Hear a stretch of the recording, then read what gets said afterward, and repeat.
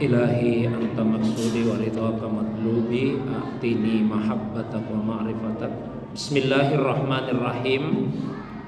Assalamualaikum warahmatullahi wabarakatuh.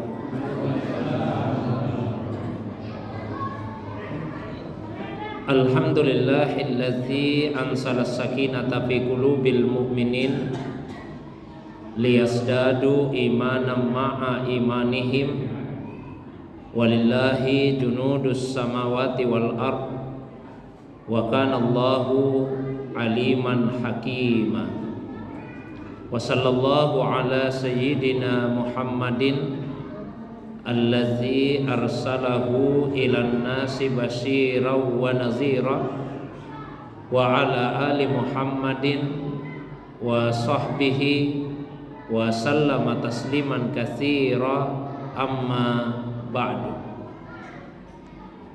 Bapak Ibu jamaah maghrib yang semoga dirahmati dimuliakan oleh Allah Subhanahu wa taala.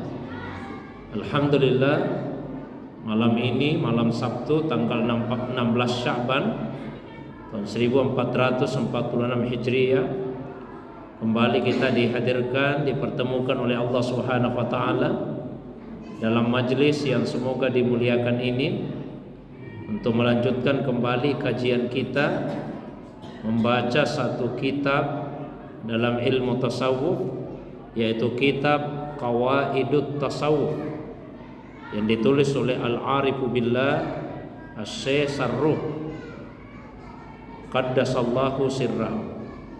Salawat dan salam semoga tercurah kepada kekasih kita Rasulullah Muhammad sallallahu alaihi wasallam beserta keluarga, sahabat dan pengikutnya yang senantiasa istiqamah menghidupkan sunnah Nabi sallallahu alaihi wasallam. Jamaah maghrib yang dirahmati dimuliakan oleh Allah Subhanahu wa taala. Insyaallah malam ini saya bacakan kaidah yang ketiga dari 52 kaidah yang terdapat di dalam kitab ini. Al-qaidatu as-salisatu. Qala al-musannifu nafa'ana Allahu bi ulumihi wa ulumi masayikhihi wa talamizatihi fid daraini amin ya rabbal alamin. Al-ikhtilafu fil haqiqatil wahidati in kasura dalla ala bu'di idraki jumlatiha summa huwa in raja'a li aslin wahidin yatadammanu jumlata ma qila fiha kanatil ibaratu anhu bihasabi ma fuhima minhu wa jumlatul aqwali waqi'atun ala tafasilihi.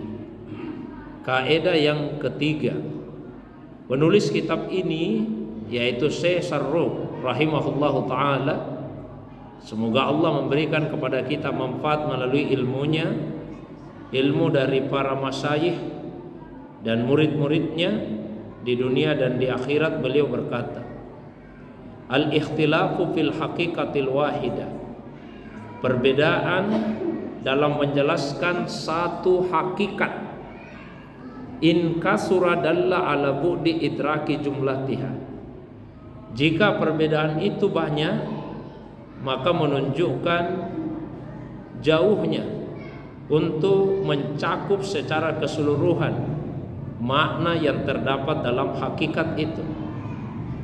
Summa huwa in raja'a li aslin wahid, kemudian jika perbedaan yang banyak tersebut dikembalikan kepada satu asal, maka dia akan mencakup keseluruhan pengertian-pengertian yang diungkapkan di dalamnya. Kanatil ibarati anhu bihasabi ma fuhima minhu, semua ungkapan-ungkapan yang digunakan mengungkapkan sesuai dengan apa yang dipahami. Wa jumlatul aqwali waqi'atun ala tafasilihi, dan keseluruhan pendapat-pendapat tersebut itu sesuai pada rincian-rinciannya. Jadi ini semacam pengantar, mukaddimah sebelum beliau menjelaskan tentang perbedaan ulama dalam menjelaskan mengenai apa itu tasawuf. Nah, secara umum ketika ada satu istilah yang begitu berbeda, begitu beragam pendapat-pendapat para ahli ketika menjelaskan istilah tersebut, termasuk nanti istilah tasawuf yang pada kaidah kedua yang lalu telah kami sampaikan bahwa lebih dari 2000 istilah yang dikemukakan oleh para ulama. Perbedaan dan keragaman itu jangan kemudian dimaknai berarti ini karena dia majhul, tidak diketahui, atau karena dia ghairu wadi, tidak jelas. Tidak. Bukan karena tidak diketahuinya atau bukan karena ketidakjelasannya. Tapi apa penyebabnya sampai kemudian begitu banyak pengertian-pengertian yang dikemukakan oleh para ulama? Itu karena luasnya cakupannya. Justru karena begitu luas cakupannya, maka setiap ulama menyampaikan apa yang dia pahami dari bagian-bagian yang luas cakupannya tersebut. Saya pernah memberikan satu perumpamaan, dan itu diungkapkan oleh Maulana Jalaluddin Ar-Rumi, ya, tentang 3 orang buta yang penasaran ingin mengetahui seperti apa itu gajah. Maka ketiganya kemudian memegang gajah tersebut. Tapi karena gajah ini begitu besar dibandingkan dengan telapak tangannya, tentu tidak semua bagian gajah itu bisa dipegang. Yang bisa dipegang hanya bagian-bagian yang tertentu saja. Nah, setelah ketiga orang buta tersebut memegang bagian tubuh dari gajah itu, lalu mereka diminta untuk menceritakan apa itu gajah. Ketiganya kemudian menceritakan yang berbeda-beda sesuai dengan apa yang dipegang. Yang memegang misalnya telinganya, ya, kemudian mengatakan bahwa gajah itu lebar, ya, gajah itu kasar, ya, dan seterusnya. Beda dengan yang memegang belalainya. Kalau yang memegang belalainya, dia kemudian mengatakan gajah itu seperti pipa besar, mengeluarkan suara yang menakutkan. Beda lagi dengan yang memegang kakinya. Ia memegang kakinya mengatakan bahwa gajah itu seperti tiang yang berdiri dengan kokoh dan tegak. Ini tidak ada yang salah, tapi semua menyampaikan bagian dari apa yang bisa dipahami. Seperti itulah ketika menjelaskan tentang tasawuf yang begitu luas bahasannya, maka setiap ulama menyampaikan sesuai dengan bagian yang mereka pahami. Wa itibaru kulli ahadin lahu ala hasabi manalihi minhu ilman au amalan au halan au zauqan au ghaira dzalik.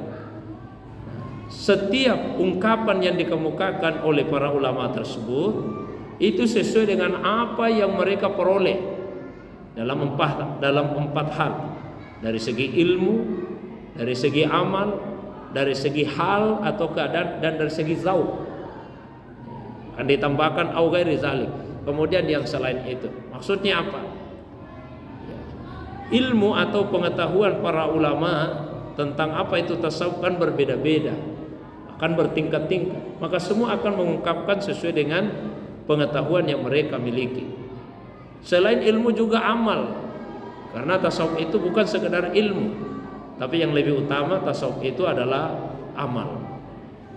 Kalau dipahami sebagai ilmu, dia punya prinsip-prinsip dasar sebagaimana ilmu-ilmu keislaman yang lainnya. Dalam arti ada maudu'nya, pokok bahasannya, ada samranya, ada buahnya, ada hadnya, ada pengertiannya, ada wadi'nya, ada peletak dasarnya, ya.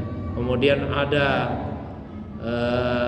masailnya, apa rincian-rincian masail, dan itu sebagai ilmu. Tapi dia juga adalah amal.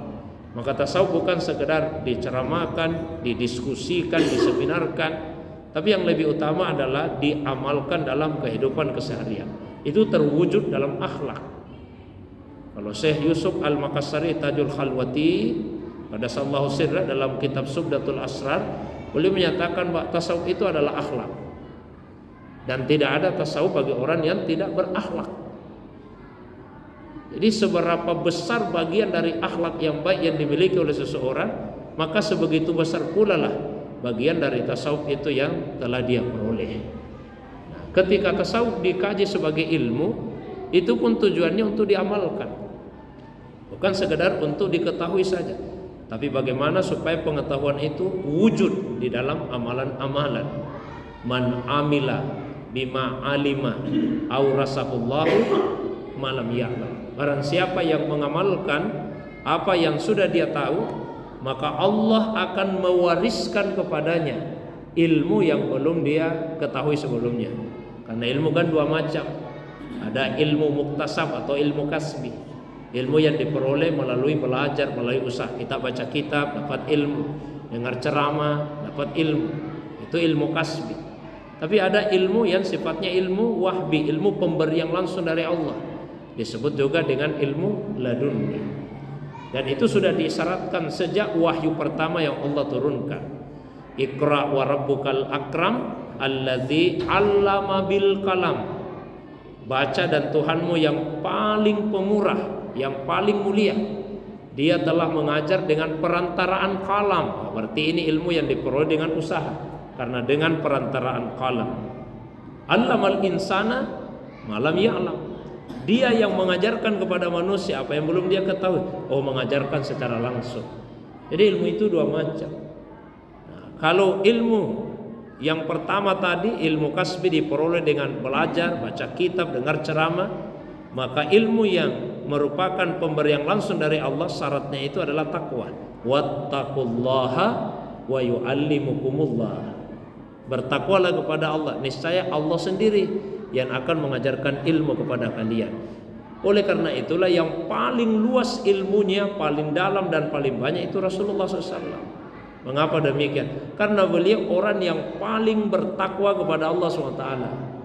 Maka beliau juga orang yang paling mulia.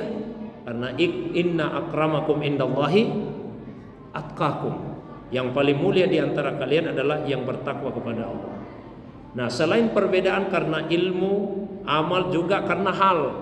Hal itu satu keadaan yang Allah hunjamkan ke dalam hati manusia. Ada dua istilah dalam ilmu tasawuf yang sering disepadankan, yaitu maqam dan hal. Maqam jamaknya maqamat, hal jamaknya ahwal. Kalau maqam itu usaha, ada usaha manusia, diperoleh dengan usaha. Kalau ahwal, pemberian langsung dari Allah SWT. Misalnya yang merupakan maqam itu tawakal, bertawakal kepada Allah SWT. Tawakal itu usaha kita, hidup dengan zuhud, warak, memelihara diri. Di dalamnya ada usaha. Coba misalnya cinta kepada Allah, rindu kepada Allah. Kerinduan itu bukan sesuatu yang diusahakan. Allah hunjamkan ke dalam hati hamba-hambanya. Raja, pengharapan kepada Allah, ada tingkatan-tingkatannya. Yang paling rendah disebut raja, berharap atas dasar keimanan kepada Allah. Kemudian yang berikutnya dinamakan dengan al-bastu, itu pengharapan atas dasar iman dan ilmu. Dan yang tertinggi berharap kepada Allah Subhanahu wa taala atas dasar iman, ilmu dan ma'rifah.